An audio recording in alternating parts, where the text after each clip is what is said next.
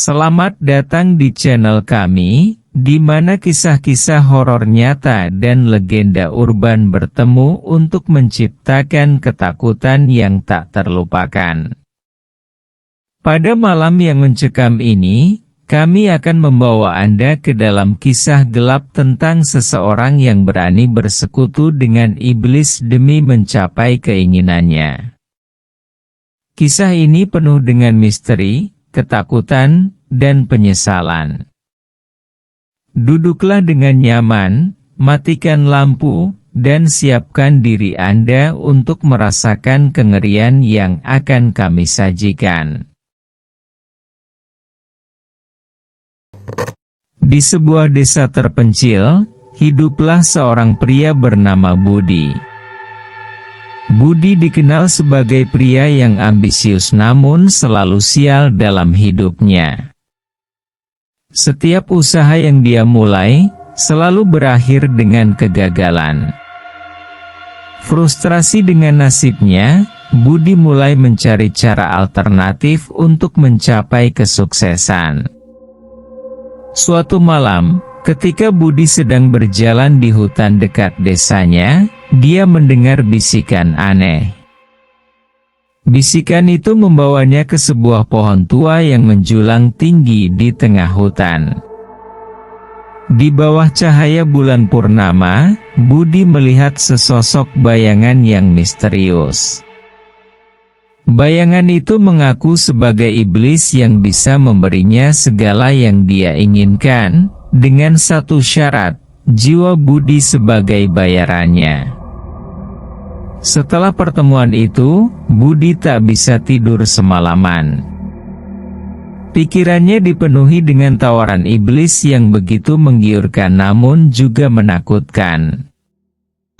Keesokan harinya, Budi kembali ke pohon tua itu, berharap pertemuannya semalam hanyalah mimpi.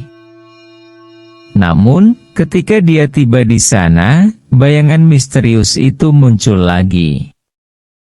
Iblis itu menatap Budi dengan mata yang penuh api, dan dengan suara yang dalam dan menakutkan, dia berkata, "Kau datang lagi, manusia. Apa kau sudah siap untuk menerima tawaranku?" Budi, yang putus asa dan terdesak oleh kegagalan hidupnya, akhirnya setuju untuk membuat perjanjian dengan iblis. Dia menandatangani kontrak yang ditulis dengan darahnya sendiri. Dalam waktu singkat, hidup Budi berubah drastis.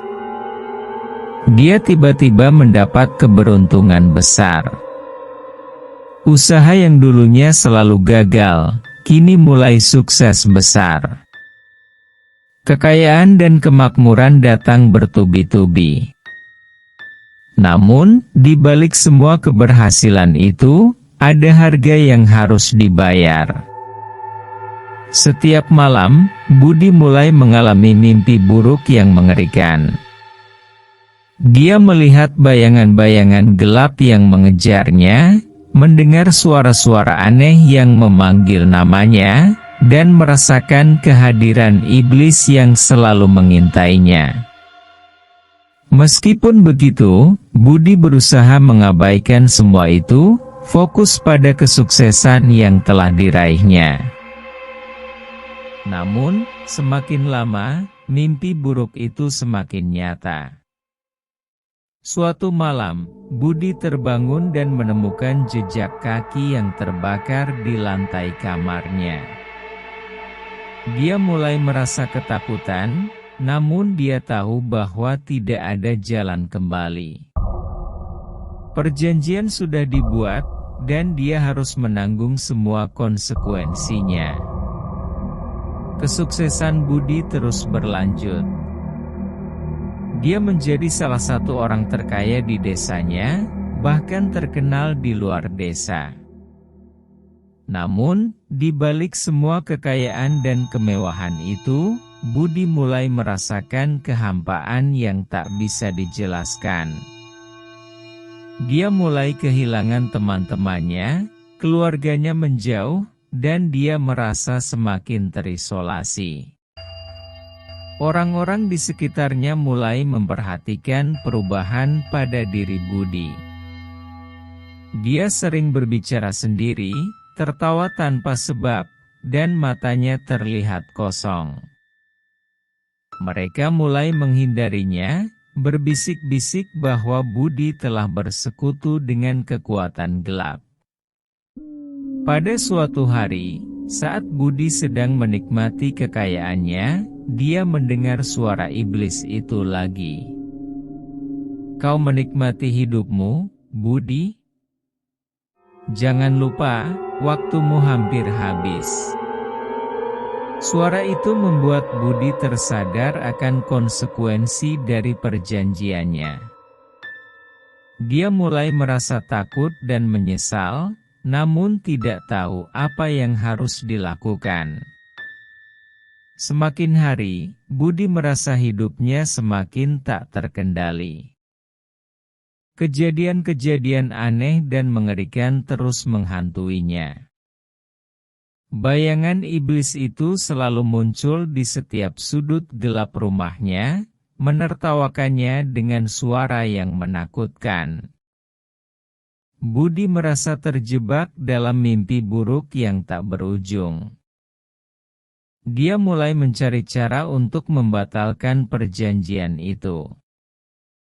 Dia mengunjungi dukun, pendeta, dan orang-orang bijak, berharap ada yang bisa membantunya. Namun, semuanya berkata hal yang sama, "Kau telah menyerahkan jiwamu, Budi. Tidak ada yang bisa mengembalikannya." Di puncak keputusasaannya, Budi kembali ke pohon tua itu, berharap bisa bertemu iblis dan memohon ampun. Dia berlutut di depan pohon, menangis dan memohon, "Tolong, kembalikan hidupku seperti semula. Aku tidak ingin ini lagi."